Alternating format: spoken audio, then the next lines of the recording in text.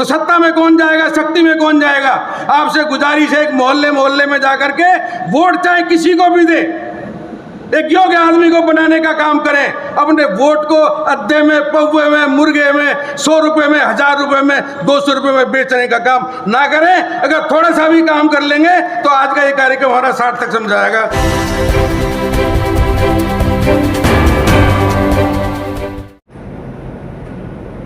बहुत लोगों के बहुत सी चीजें होती हैं जिनको वो मानते हैं, बहुत से देवी देवताओं को मानते हैं, बहुत से ग्रंथों को मानते हैं। मैं जिस ग्रंथ को सबसे पहले वरीयता देता हूं तो वो भारतीय संविधान है, जिसको मैं सबसे ज्यादा तवज्जो देता हूं। अपने जीवन में अपने माता पिता के बाद जिनको सबसे ज्यादा नतमस्तक करता हूं, तवज्जो देता हूं, तो बाबा साहब डॉक्टर भीमराव अम्बेडकर। उन्होंने उनको अलग अलग जगह पर पढ़ा होगा, किताबों में पढ़ा होगा, महानुभावों से सुने होंगे, विचार भी सुने होंगे। ये जो हम जयंतियां मनाते हैं, उसके पीछे हमारा एक उद्देश्य होता है। उद्देश्य ये होता है कि उनके विचारों को हम बार बार उकेरी दें, उस समय के कहे हुए विचारों को आज के समय में जोड़ करके देखें। अब जो उस समय में उनके आगे सोचने का नजरिया कितना वास्ट था, कितना बड़ा था, उसको हम तालमेल हम कैसे बैठाएं और उकेरी करने का, उसको प्रचार प्रसार करने का ये अवसर होता है। और ये महीना पूरा लगभग 15 मई तक पूरे देश में अलग अलग विभाग अलग अलग तरीके से इस जयंती को मनाते हैं। सबसे बड़ा उद्देश्य हमारा इसके पीछे यही होता है, जो आने वाली पीढ़ी है वो उनको पढ़े, वो समझे, वो किस हालात में, कैसी परिस्थिति में पढ़े, और देश को इतना बड़ा संविधान, रिटर्न में संविधान उन्होंने दिया। और जहां तक प्रियम्बल में जो चीजें उन्होंने रखी हैं, उसके ऊपर उन्होंने एक आध दिन का अध्ययन नहीं था, उनका बहुत ही बड़ा अध्ययन था। उसको कलम पर उतारना, एक ही विषय में मैं सिर्फ बात करूंगा, लेकिन मैं दावे के साथ कह सकता हूं, अगर सबसे बड़े समाजवादी थे तो डॉक्टर भीमराव अंबेडकर जी थे। उन्होंने कहा ही नहीं, सिर्फ 3 शब्दों में उन चीज़ों का विवेचन किया, लोगों को बताने का प्रयास किया। सबसे पहले शिक्षा, दूसरा धन, और तीसरा शक्ति या पावर आप कह सकते हैं। उनका ये मानना था कि ये अनपढ़ लोगों का देश है। यहाँ की छवि बाहर के देशों में बहुत खराब थी, लोगों को अपने अधिकार नहीं पता। अगर इस देश में शिक्षा आएगी, शिक्षा का फैलाव होगा, तो लोग अपने अधिकारों के प्रति सचेत होंगे,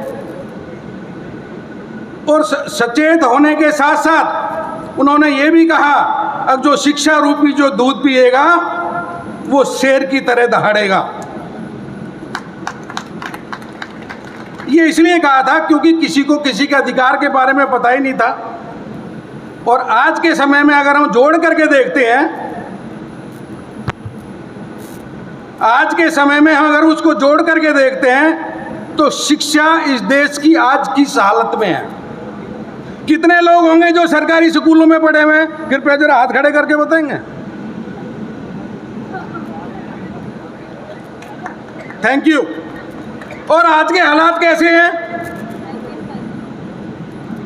अपने बच्चों को शिक्षा दिलाने के लिए जिस तरह के हालात बने इन सालों में, आप तो देश की राजधानी में रहते हैं, बड़े बड़े शहरों में रहते हैं देश के में, क्या गरीब आदमी अपने बच्चों को पढ़ा सकता है? आज के समय में बच्चों को अच्छी शिक्षा दिलाना इतना आसान काम नहीं रह गया है। लेकिन उन्होंने उस समय पे कहा था शिक्षा का बहुत बड़े बजट का हिस्सा शिक्षा में जाना चाहिए, शिक्षा को देना चाहिए। जो लोग संविधान के अनुरूप काम कर रहे थे वो कितना कर रहे थे, इससे आप आकलन कर सकते हैं। दूसरा था धन। कुछ लोगों के पास तो धन रखने का अधिकार ही नहीं था। कुछ लोग सिर्फ मजदूरी में ही अपना पेट भर के अपना जीवन यापन करते थे। कुछ राजा महाराजा, एलीट क्लास, जमींदार, सिर्फ उन्हीं लोगों के पास पैसा था। तो बाबा साहब ने शिक्षा के साधक, शिक्षा में एक बराबरी आएगी, सबको ज्ञान बढ़ेगा। दूसरा था धन। अगर धन या इस देश की धरोहर जितना भी यहाँ पे धन है वो सभी लोगों के पास उसमें हिस्सेदारी होनी चाहिए। इसी के हिसाब से एक छोटा सा एग्जाम्पल है, देश के बहुत से चीज़ों का आप बैंक ले लीजिए, राष्ट्रीयकरण हुआ और राष्ट्रीयकरण के बाद बहुत से संस्थान बने और उस संस्थान के आधार पर इन लोगों को शिक्षा के बाद रोजगार मिला। लेकिन आज के समय में आर्थिक गैर बराबरी, आप अंदाजा लगा सकते हैं अब देश का धन कितने लोगों के हाथ में है और कितने लोग मुफलिसी में जी रहे हैं। यह चिंतन करने का विषय है, यह सोचने का विषय है। इन चीज़ों के बारे में हमें लोगों को अवगत कराना चाहिए, अपने समाज में जाना चाहिए। जिनके पास धन नहीं है उनको बताना चाहिए, समझाना चाहिए कि आपकी भी इसमें भागीदारी है, आपकी भी इसमें हिस्सेदारी है। रोजगार मिला, लेकिन आज रोजगार की स्थिति क्या है? जो सैंक्शन पद हैं आज की तारीख में, शेड्यूल कास्ट के जो 50% पद हैं वो खाली पड़े हुए हैं। एसटी के 70% पद खाली पड़े हुए हैं। चिंतन करने की वजह से, सेम करने की जरूरत है, उसमें काम करने की जरूरत है। ओबीसी में 20% पद खाली पड़े हैं। पढ़े हुए लोग रोजगार घूम रहे हैं, बेरोजगारी घूम रहे हैं। इस पे काम करने की आवश्यकता है, इस पे काम करने की आवश्यकता है। रोजगार होगा तो अपना जीवन यापन होगा। आप लोगों को रोजगार मिला तो आप सक्षम हुए, यहाँ तक आए और दिल्ली में निर्माण भवन जैसी बिल्डिंग में आप कार्यक्रम अपना कर रहे हैं। अगर शिक्षा नहीं पाई होती तो यहाँ तक आने का आपको अवसर ही नहीं मिलता। और तीसरा था शक्ति और पावर। पहले राजा रजवाड़ों के पास ही हक था, सामंतवाद था। उसको खत्म करने के लिए ये प्रणाली आई, लोकतंत्र आया। और लोकतंत्र में पावर किसको दी? जनता को पावर दी। अब जनता ही बनाएगी, जनता ही चलाएगी।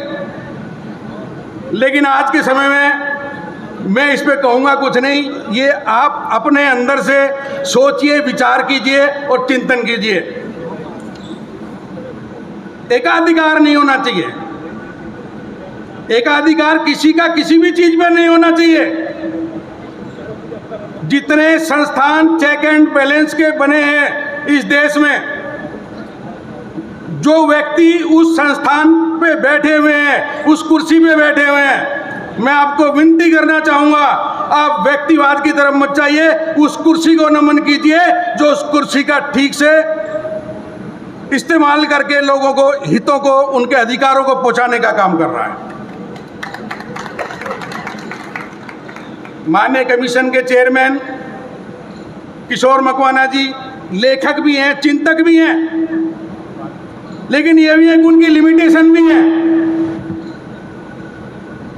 लेकिन हम उनसे भी विनती जरूर करेंगे। सीपीडब्ल्यूडी जो अपना कार्यक्रम करते इसलिए कर रहे हैं एम्प्लॉइज का भी कुछ ना कुछ हित सज जाए। तो गुजारिश है कि उनके कुछ इशू ऐसे हैं उन पे अपनी दृष्टि रखेंगे। और साथी मेरे पीछे आ गए, मैं आपका ज़्यादा समय नहीं लेना चाहता। आपने बहुत तल्लीनता से सुना। एक चीज जाते जाते मैं और जरूर कहूँगा, एक आदमी की वोट के जमीर की कीमत, उसके न्याय की कीमत लोगों ने 1000-2000 रुपये तय कर दी है, रख दी है। तो सत्ता में कौन जाएगा, शक्ति में कौन जाएगा। आपसे गुजारिश है, एक मोहल्ले मोहल्ले में जाकर के वोट चाहे किसी को भी दे, एक योग्य आदमी को बनाने का काम करें। अपने वोट को अद्दे में, पौवे में, मुर्गे में, 100 रुपए में, 1000 रुपए में, 200 रुपए में बेचने का काम ना करें। अगर थोड़ा सा भी काम कर लेंगे तो आज का ये कार्यक्रम हमारा सार्थक समझाएगा। जय भीम, जय भारत। धन्यवाद राजेंद्र जी। हमारे बीच हमारे विभाग के कुछ सीनियर ऑफिसर्स